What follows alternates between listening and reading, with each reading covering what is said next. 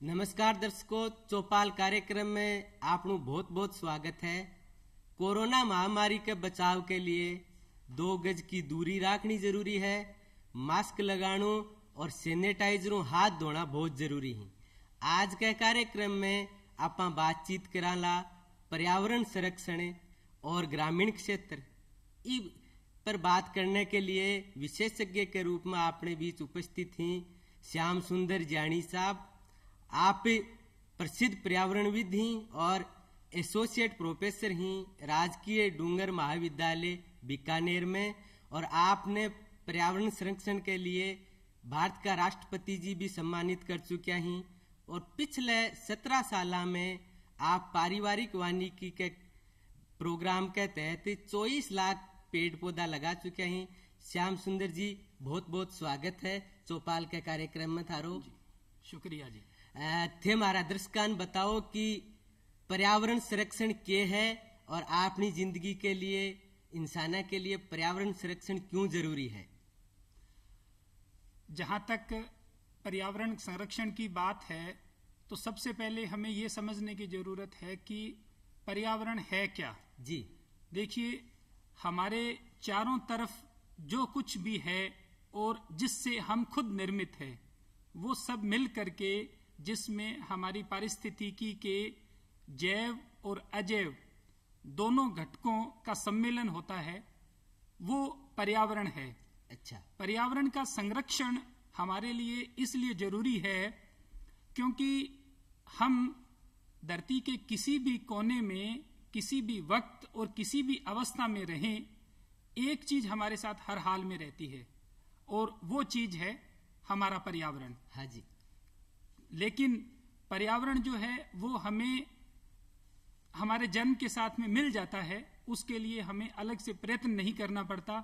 हाँ, अगर यही दशा रही तो आने वाली पीढ़ियों को एक बेहतर पर्यावरण के लिए जरूर प्रयत्न करना पड़ेगा, पर चूंकि आज तक हमें ये अनायास ही मिलता रहा है, इसलिए हम इसके महत्व को लेकर के उतने संजीदा है नहीं जितना संजीदा होना चाहिए। जी, जो हवा हम लेते हैं उस हवा की हमें कीमत तब पता लगती है जब हमारा कोई अपना ऑक्सीजन पे आ जाए। जी, तब पता लगता है कि ये प्राणवायु है, इसकी हमारे लिए कितनी कीमत है।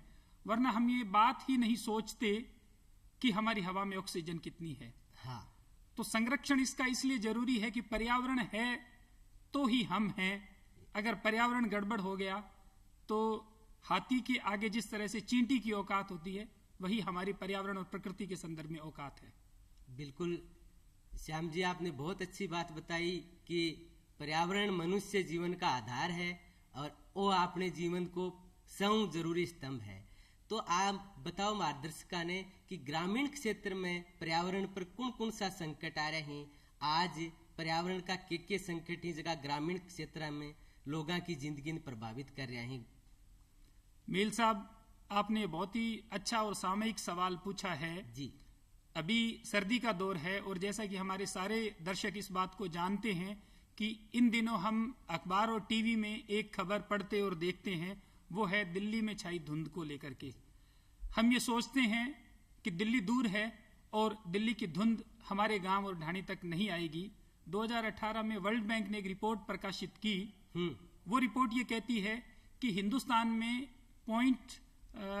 2.5 जो PM 2.5 है, पर्टिकुलेट मैटर, हाँ जी, जो कि हमारी दिल्ली की हवा में विशेषकर है और इसके साथ में PM 10 भी है, उसको लेकर के वो रिपोर्ट थी। और उसमें उन्होंने ये कहा कि हिंदुस्तान में PM 2.5 का एक्सपोजर 100% है, यानी हमारी जो ढाणी और गांव की हवा है उसमें भी पर्टिकुलेट मैटर 2.5 मौजूद है। हाँ, ये बात अलग है कि वो दिल्ली के मुकाबले कम है। जी, और इसको हम इस उदाहरण से भी समझ सकते हैं कि दिवाली के आसपास दिल्ली ही नहीं, हमारे राजस्थान के, हमारी राजधानी जयपुर, मरुनगरी, बीकानेर समेत बहुत सारे जिलों में 2-3 दिन तक धुंध छाई रही थी।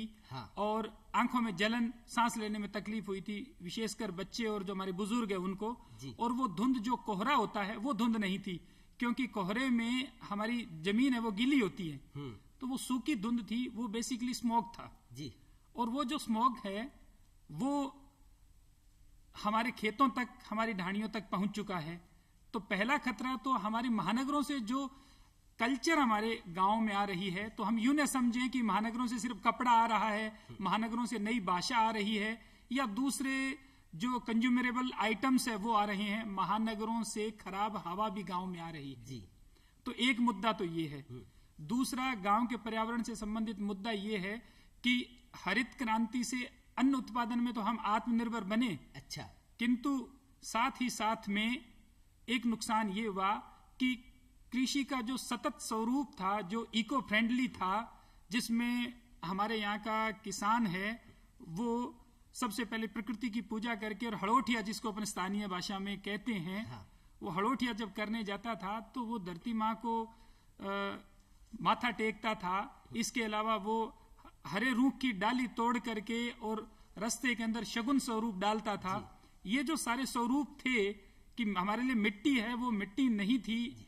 हमारे लिए मिट्टी एक ऐसा सजीव अवयव है इस प्रकृति और पर्यावरण का, जिसे हम माँ कहते हैं जी। तो उसके साथ हमारा तादात्म्य हरित क्रांति ने खराब कर दिया। अच्छा, उस कारण हमारे जो अभी जो जितना भी फूड प्रोडक्शन हो रहा है, या हम बात करें डेयरी उद्योग की, तो उसमें हम जो भी आज उगा रहे हैं और खा रहे हैं वो शुद्ध नहीं है जी। तो दूसरा पर्यावरण का संकट ये है। तीसरा संकट पर्यावरण का ये है कि हमारे यहाँ जितना भी इरिगेटेड एरिया है, सिंचित क्षेत्र में नहरों से जितनी सिंचाई हो रही है, उस सारी में जो पानी आ रहा है वो प्रदूषित पानी है। अच्छा। आज जो खाले में पानी बहता है उसको देख करके हमारा मन नहीं करता कि हम इसको पी लेंगे, इससे हाथ भी धो लें जी। अगला मुद्दा ये आया कि नलकूप सिंचाई में हमने देश के बहुत बड़े हिस्से को डार्क जोन बना दिया है। फिर जो मिलावटी कीटनाशक और मिलावटी बीज और मिलावटी खाद, उनकी वजह से हमारी फसलों में 4 गुना ज्यादा खपत है कीटनाशक की और खाद की। क्योंकि आप डीएपी का एक कट्टा है, उसको अगर किसी एक कुंडे के अंदर डाल करके पानी में घोलेंगे तो आपको उसमें 2-3 अंजुली भर पत्थर मिलेंगे जी। और ये लगभग सभी कंपनियों में लोग एक्सपीरियंस इसको शेयर करते हैं कि कंपनियों की खाद में आ रहा है।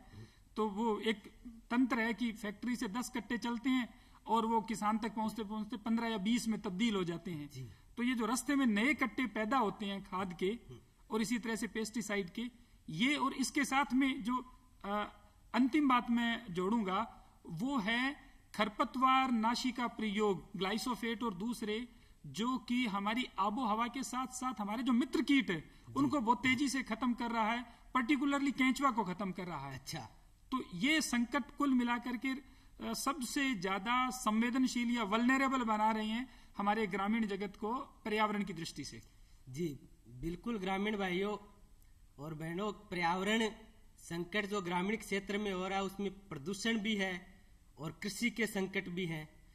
अब जानी साहब ये बताइए कि ये जो पारिवारिक वानिकी है जिसके लिए आप सबसे ज्यादा देश में जाने जाते हैं, आपने बहुत प्रयोग किया है, तो ये पारिवारिक वानिकी आखिर क्या है और आपके यहाँ लोग यूं जुड़ सके हैं और क्या उपयोग कर सके हैं?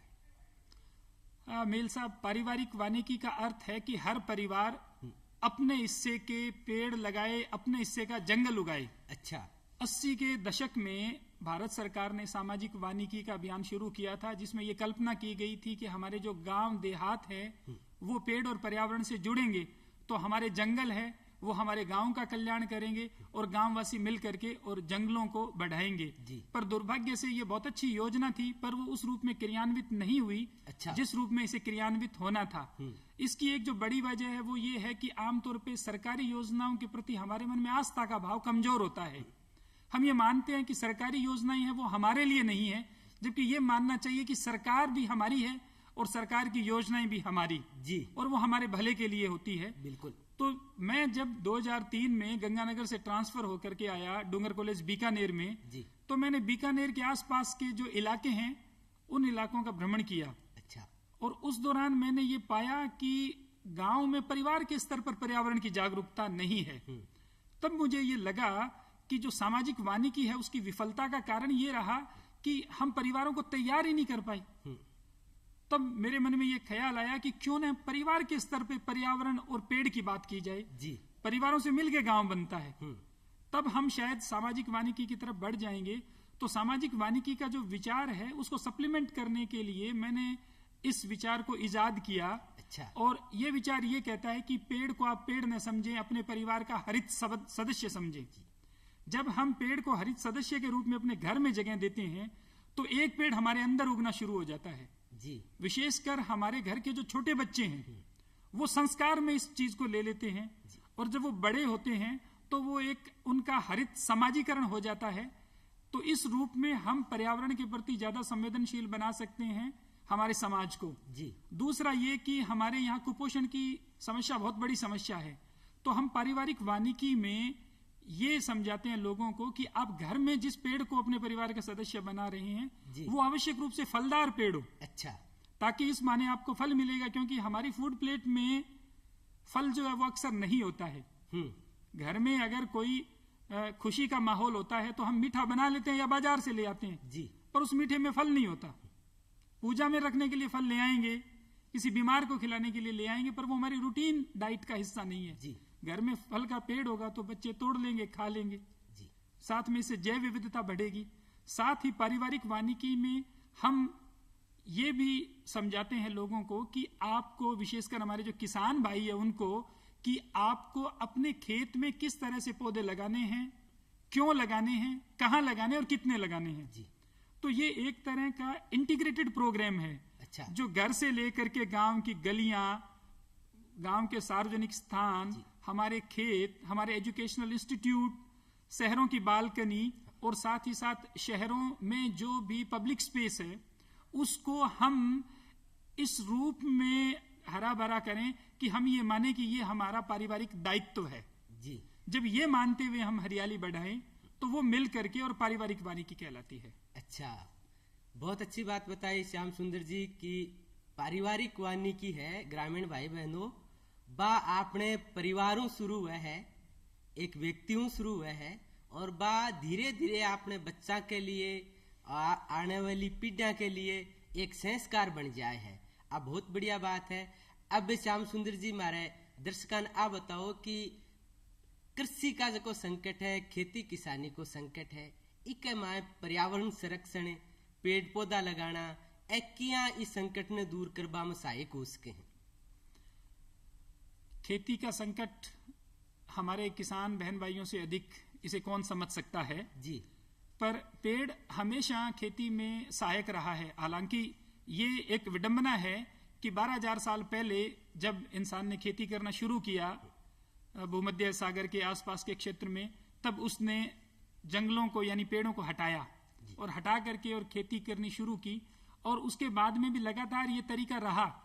पर लेटर स्टेज में किसानों को ये समझ में आ गया कि ये पेड़ खेती के लिए सहायक चीज है, बाधक चीज नहीं है जी। और अब जो जिस तरह के अनुसंधान हुए हैं खेती में पिछले 100 साल में, उन्होंने पेड़ की एक अलग भूमिका खेती के संदर्भ में बना दी है। इसको एग्रो फॉरेस्ट्री कहा जाता है, यूएस में इसे फैमिली फॉरेस्ट्री भी बोलते हैं। अच्छा। और कनाडा में मेरे मित्र हैं जो हमारे पारिवारिक वानिकी के प्रयोग को भी आगे बढ़ा रहे हैं जी। और वहां कनाडा में उन किसानों को अच्छा किसान माना जाता है जो अपने खेत के एक हिस्से को हरियाली के लिए समर्पित कर देते हैं। अच्छा। तो हमारे यहाँ पेड़ किस तरह से खेती के लिए उपयोगी है, इसकी शुरुआत मैं करूंगा पीपल के पेड़ से। पीपल का पेड़, किसान भाइयों से मेरा निवेदन है कि आप इसको ऑब्जर्व कीजिए। जहां भी पीपल का पेड़ आपके खेत में अगर किनारे पे लगा हुआ है तो आप देखेंगे कि उसके नीचे केंचुए ज्यादा मिलेंगे। अच्छा। क्योंकि पीपल जो है वो बहुत सारे पक्षियों का घर होता है। जी हाँ। तो वो पक्षी जब उसके ऊपर रात गुजारते हैं तो वो जो विष्ठा विसर्जित करते हैं उसको आहार के रूप में केंचुए यूज करते हैं, और इस कारण जो माइक्रोबियल एक्टिविटी है वो बहुत ज्यादा बढ़ जाती है और केंचुए मिट्टी में सबसे ज्यादा पाए जाते हैं जी। तो एक तो हम ये कोशिश करें कि हमारे खेत में जहां ज्यादा पानी है, पानी का नक्का है या ट्यूबवेल है, वहां हम पीपल जरूर लगाएं। अच्छा। ट्यूबवेल है तो थोड़ा हम डिस्टेंस मेंटेन रखें, क्योंकि इसकी जड़ें हैं, फिजियोलॉजी रेट ज्यादा होता है तो इसकी जो सतही जड़ें हैं वो बढ़ती है और बिल्डिंग तक चली जाती है, तो ये थोड़ा हम ख्याल रखें जी। दूसरा, हम हमारे खेत के जो किनारे हैं उन किनारों के ऊपर किसान बहन भाइयों को पता है कि खेजड़ी के नीचे हमेशा फसल अच्छी होती है। हाँ। और हमारा जो पूरा शेखावाटी का एरिया है जी जहाँ की जांटी कहते हैं खेजड़ी को, वहां तो कल परसों तक रिश्ते इस आधार पे तय होते थे कि आपके खेत में खेजड़ी कितनी है जी। तो खेजड़ी जो है वो अब समस्या एक ये आ गई कि हमारे यहाँ पे ट्रैक्टर से कल्टीवेशन शुरू हो गया। हाँ। तो छोटी खेजड़ी ट्रैक्टर की सीट पे बैठे किसान को दिखती नहीं है जी। फिर जो उसके पीछे जो भी तवी या जो हल होते हैं उनका घेरा इतना बड़ा होता है कि वो टाल भी नहीं पाता है, उनको वो कट जाती है। तो उसका तरीका ये है कि आप मई में जब खेजड़ी के खोखे झड़ जाते हैं तब उनके बीज निकाल करके साधारण गोबर लें, उसको खेत की मिट्टी में आटे को गूंदते हैं वैसे गूंद लें बिना पानी के। अच्छा। और उसके अंदर 2-2 बीज डाल के गोली बना लें। हाँ। और वो आप खेत की बाउंड्री और खेत के बीच में नियत दूरी के ऊपर वो जब एक बारिश गिर जाए उसके बाद में रख करके ऊपर आधा अंगुल मिट्टी दे दें। अच्छा। और जहां रखें उस जगह हल्का सा थोड़ा सा यूं जैसे अपने तासली होती है। हाँ। प्याली जो होती है, प्याली कटोरी रूमा उसको बना दें जमीन को हल्का सा। अच्छा। ताकि बारिश आए तो थोड़ा पानी उसमें ठहर जाए जी। तो उसमें वो अपने आप उग जाएगी, एक निश्चित दूरी पे उगेगी। इस कारण ट्रैक्टर से डिस्टर्ब नहीं होगी खेजड़ी और ना ही हमारी जो जुताई है वो डिस्टर्ब होगी जी। खेजड़ी लगाएं हम रोहिड़ा लगाएं जो कि हमारे राजस्थान का सागवान है। हाँ। इसी तरह से हम हमारे जो खेत है उनके किनारों के ऊपर सहजन लगाएं। अच्छा। क्योंकि सहजन है वो नाइट्रोजन फिक्सेशन का काम करता है जी। और खेती के लिए ये इस रूप में जरूरी है कि ये हमारे खेत की मिट्टी में जो सूक्ष्म जीवों की गतिविधियां हैं उनको बढ़ा करके उपजाऊ करते हैं, उसको पोरस करते हैं। इस कारण उसमें जो गैसियस एक्सचेंज होता है, हवाओं का आदान प्रदान जी, वो ज्यादा होता है। लताड़ नहीं बंधती खेत की, अगर हम साधारण भाषा में कहें तो। इसके साथ साथ में इसके ऊपर जो पक्षी बैठते हैं वो लट और लट को पैदा करने वाले कीड़ों को खा जाते हैं, तो पेस्ट कंट्रोल का काम होता है। साथ ही साथ में अभी जलवायु परिवर्तन का दौर है जी। जलवायु परिवर्तन में खेती को ज्यादा गर्मी, लू और सर्दी दोनों से नुकसान होता है। तो ये एक हरी दीवार है पेड़ जो है। हाँ। जो लू और सर्दी दोनों से बचाव करते हैं जी। इवन पंजाब में जो काश्तकार हैं उन्होंने किन्नू के बाग में बीच बीच में खेजड़ी लगाना शुरू कर दिया और उन्होंने ये पाया है कि इसका एक सकारात्मक प्रभाव पड़ता है। अच्छा जी जी। श्याम सुंदर जी बहुत बढ़िया बात बताई। तो ग्रामीण भाई बहनों, खेती के माए भी पेड़ पौधा बहुत जरूरी ही। आपन जिया श्याम सुंदर जी बताई कि पेड़ पौधा ही जका खेती का रक्षा कवच ही, और न सिर्फ रक्षा कवच ही, वह खेती ने आगे बढ़ावे, बन जरूरी तत्व का पोषण करें। इसलिए ज्यादा से ज्यादा खेता में भी पेड़ा को इस्तेमाल करना चाहिए। खेजड़ी के यहाँ बचाणु है, रोहिड़ा के बारे में बताई। अब थे श्याम सुंदर जी, हमारा ग्रामीण दर्शकों ने आप बताओ कि जिया कोरोना महामारी है, बहुत बड़ी महामारी है पूरी दुनिया में। ई महामारियों बचवा के लिए भी पर्यावरण संरक्षण जिया की चीज ही एकतिक मददगार हो सके हैं। ये आपने फिर बहुत ही सामयिक सवाल पूछा है जी। कोरोना का पर्यावरण के साथ में कितना गहरा संबंध है, इसको हम एक इस तथ्य से समझ सकते हैं कि अभी महीना भर पहले यूरोपियन कार्डियोलॉजी सोसाइटी है। अच्छा। जो हृदय रोगों पर शोध करने के लिए यूरोप की जो एक संगठन है, तो किसान भाइयों को थोड़ा सहजता से समझ आए इसलिए बता रहा हूं जी। जरूर। वो जो संगठन है उस संगठन ने एक अध्ययन किया है और उस अध्ययन में उन्होंने ये पाया कि हिंदुस्तान में अब तक जितनी कोरोना से डेथ हुई है, अगर वायु प्रदूषण नहीं होता तो 17% लोग कम मरते। अच्छा। 17% जो मौतें हैं वो वायु प्रदूषण के कारण हुई है जी। उसमें उन्होंने शोधकर्ताओं ने ये पाया कि वायु प्रदूषण के कारण हमारे फेफड़ों के जो टिश्यू है वो क्षतिग्रस्त हो जाते हैं। अच्छा। और कोरोना है वो भी फेफड़ों पे अटैक करता है। हाँ। जब फेफड़ों में इन्फेक्शन हो जाता है, एक सीमा से पार चला जाता है, तो फिर रिकवरी मुश्किल हो जाती है। तो हमारी हवा है वो ठीक रहे तो कोरोना का प्रभाव हम पे कम आएगा। हाँ। अब हमारी हवा है वो ठीक कैसे रहेगी जी? जब पेड़ ज्यादा होंगे। दूसरी बात यह है कि हम जब भी वायु प्रदूषण की बात करते हैं तो हम वायु प्रदूषण में ये कहते हैं कि कार्बन कितना है हवा में। दूसरा हम ये कहते हैं कि टॉक्सिक गैस कितनी है। तीसरा हम ये कहते हैं कि PM 2.5 कितना है, PM 10 कितना है, यानी PM 10 जी। किंतु कोई भी ये बात नहीं करता कि हमारी हवा में ऑक्सीजन कितनी है जी। अब ऑक्सीजन कहां से आती है ये बताने की जरूरत नहीं है। दरअसल एक आदमी को एक दिन में 550 लीटर ऑक्सीजन चाहिए। अच्छा। ये 550 लीटर ऑक्सीजन हमें तब मिलती है जब हमें 11,500 लीटर ऐसी हवा मिले जिसमें कम से कम 19.5% ऑक्सीजन हो। अच्छा। अब हवा में ऑक्सीजन कब आएगी? जब पेड़ पौधे ज्यादा होंगे। हाँ। इसीलिए आप देखिए कि कोरोना में जो डेथ हो रही है शहरों में ज्यादा हो रही है। क्यों? क्योंकि शहरों की हवा गांव के मुकाबले ज्यादा प्रदूषित है, उसमें ऑक्सीजन कम है। बहुत सारी हवा तो हमारी कारें ही खा जाती है। बिल्कुल। तो इसलिए पहली चीज तो ये कि ये हवा को शुद्ध करते हैं, इस कारण हमारे फेफड़े मजबूत रहते हैं। दूसरा, सिर्फ हवा ही नहीं, पानी के भी फिल्ट्रेशन का काम करता है पेड़ जो होता है वो।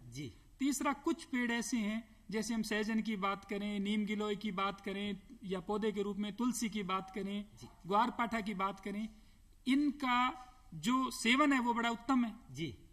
तो इनके सेवन से हमारी इम्यूनिटी बढ़ती है। कोरोना कमजोर लोगों पे ज्यादा प्रभावी है। जिसकी इम्यूनिटी सही है उसको कोरोना कुछ नहीं करता जी। और इम्यूनिटी है वो, ये इम्यूनिटी बूस्टर है। प्लस हमारे यहाँ पे भोजन के अंदर अगर फलों को हम ज्यादा शामिल करना चाहते हैं तो हमें फलों के पेड़ चाहिए। हाँ। और फल है वो सूक्ष्म पोषक तत्वों का सबसे बड़ा स्रोत है जी। तो कुल मिलाकर के पेड़ है वो कोरोना और कोरोना जैसी दूसरी व्याधियां जी, क्योंकि पिछले 1 दशक में ये 5वीं इस तरह की बीमारी आई है जो कि पहले 100 साल में एक बार आती थी जी। तो आगे भी जो जलवायु परिवर्तन हमने किया है तो उसमें इस तरह की बीमारियों की आशंका बढ़ गई है जी। तो ज्यादा पेड़ लगाएंगे, ज्यादा तंदुरुस्त रहेंगे तो हम हमेशा ही ज्यादा सक्षम रहेंगे लड़ने में बीमारियों से। सही बात है। तो दर्शकों, कितनी बढ़िया बात बताई जानी साहब की पेड़ पौधा ही जका कोरोना जिया की और तमाम बीमारी ही बाऊ अपन बचावे हैं, ऑक्सीजन दी ही, प्राणवायु दी ही, और आपनू इंसान को जीवन ही पेड़ पौधा पर टिकेड़ो है। बहुत सुंदर बात बताई। अब जानी साहब आप बताओ हमारे भाई बहना ने कि सरकार है जिसकी पर्यावरण संरक्षण के लिए के उपाय कर रही है, के प्रयास कर रही है। सरकार पर्यावरण संरक्षण के लिए लगातार प्रयत्नशील है। सरकारी प्रयासों की बात करते हैं तब ये चीज भी जरूरी है कि हम ये समझें कि हर आदमी अपने हिस्से की हवा वो खुद लेता है जी। तो हमारी भी भूमिका बनती है, हम सरकार की जो योजनाएं हैं उनको अपनी योजनाएं समझ करके जब कोशिश करेंगे तब असल में वो सिरे चढ़ेगी। अच्छा। जहां तक सरकारी प्रयासों की बात करें तो जैसा मैंने पहले जिक्र किया था सामाजिक वानिकी का, उससे पहले जब 72 में पर्यावरण के ऊपर सम्मेलन हुआ था तो पूरी दुनिया में हमारी एकमात्र प्रधानमंत्री थी श्रीमती इंदिरा गांधी हिंदुस्तान की, जो कि एक राष्ट्र प्रमुख की हैसियत से उस सम्मेलन में शामिल हुई थी जी। और हमारे यहाँ चूंकि पर्यावरण का जो विमर्श है वो हमारी संस्कृति के साथ में, लोक संस्कृति के साथ में बड़ा गहरा जुड़ा हुआ है जी। इसलिए हमारे यहाँ आजादी के बाद से जो भी सरकार आई है, हर सरकार ने ये प्रयास किया कि वो पर्यावरण हितैषी परंपराएं हैं उनको हमारे जो एजुकेशनल क्यूरिकुलम है, बच्चों की पढ़ाई लिखाई उसके साथ संबंधित करे, और साथ में जो इसमें बेस्ट प्रैक्टिसेस हैं उनका प्रचार प्रसार करे। साथ ही हम अगर बात करें तो जो स्वच्छ भारत अभियान है केंद्र सरकार का, वो भी पर्यावरण संरक्षण का एक बहुत बड़ा अभियान है। दूसरी तरफ हमारी जो राजस्थान सरकार है, वर्तमान सरकार ने जो हरित राजस्थान पीछे शुरू किया और अभी जो निरोगी राजस्थान का महत्वाकांक्षी अभियान है उसका भी एक घटक है पर्यावरण संरक्षण। अच्छा। और हम जितनी भी सरकारी योजनाएं हैं, सामाजिक वानिकी के तहत वन विभाग के जगह जगह ऑफिस खुले हुए हैं जिनमें नर्सरी में सस्ती दर के ऊपर पौधा मिलता है जी। हॉर्टिकल्चर डिपार्टमेंट है वो भी प्रमोट करता है रियायती दर के ऊपर पौधा, और पौधे के साथ में निःशुल्क जो विशेषज्ञ सेवाएं दी जाती है। हमारे सारे कृषि विश्वविद्यालयों में सभी सरकारों ने वानिकी को लेकर के महकमे शुरू कर रखे हैं जी। तो ये सारे सरकारी प्रयास है जो लगातार पेड़ कैसे बढ़े उनकी तरफ सोच रहे हैं, और साथ में हमारे जो project crocodile, project tiger, project elephant जी, और जो रिजर्व फॉरेस्ट का कॉन्सेप्ट है वो पूरा का पूरा पर्यावरण संरक्षण को ही समर्पित है। बिल्कुल श्याम सुंदर जी, बहुत बढ़िया ग्रामीण भाई बहनों बात बताई कि सरकार है जी आपने बच्चा ने पढ़ावाऊ लेर फ्री कमाए मुफ्त में आपा ने पेड़ पौधा देनो और पर्यावरण संरक्षण की कई योजना चलावे है। अब श्याम सुंदर जी एक बात हमारे दर्शकान आ बताओ कि जका ग्रामीण युवा ही बाग के माज बंद थे पर्यावरण संरक्षण के लिए के बात करना चाहो हो कया बे बढ़ चढ़ रही कमा भाग ले सके हैं। युवा हमेशा क्रांति का वाहक होता है जी। इस साल हमने घर घर सहजन अभियान शुरू किया जिसमें हमने 14 लाख सहजन के पौधे कोरोना के टाइम में प्रदेश के 29 जिलों में लगाए और उसमें युवाओं की बड़ी भागीदारी रही। तो मैं सभी युवाओं से आपके माध्यम से और दूरदर्शन के माध्यम से ये निवेदन करना चाहूंगा कि आप पर्यावरण संरक्षण की इस मुहिम को अपने अपने गांव मोहल्लों में आगे बढ़ाएं। बहुत बहुत धन्यवाद जानी जी। और आज के इस कार्यक्रम में आप पधारे, चौपाल के कार्यक्रम में हमारे दर्शकों की तरफ से आपको बहुत बहुत धन्यवाद। शुक्रिया। और दर्शकों, आप देखते रहिए चौपाल, आपको भी बहुत बहुत धन्यवाद।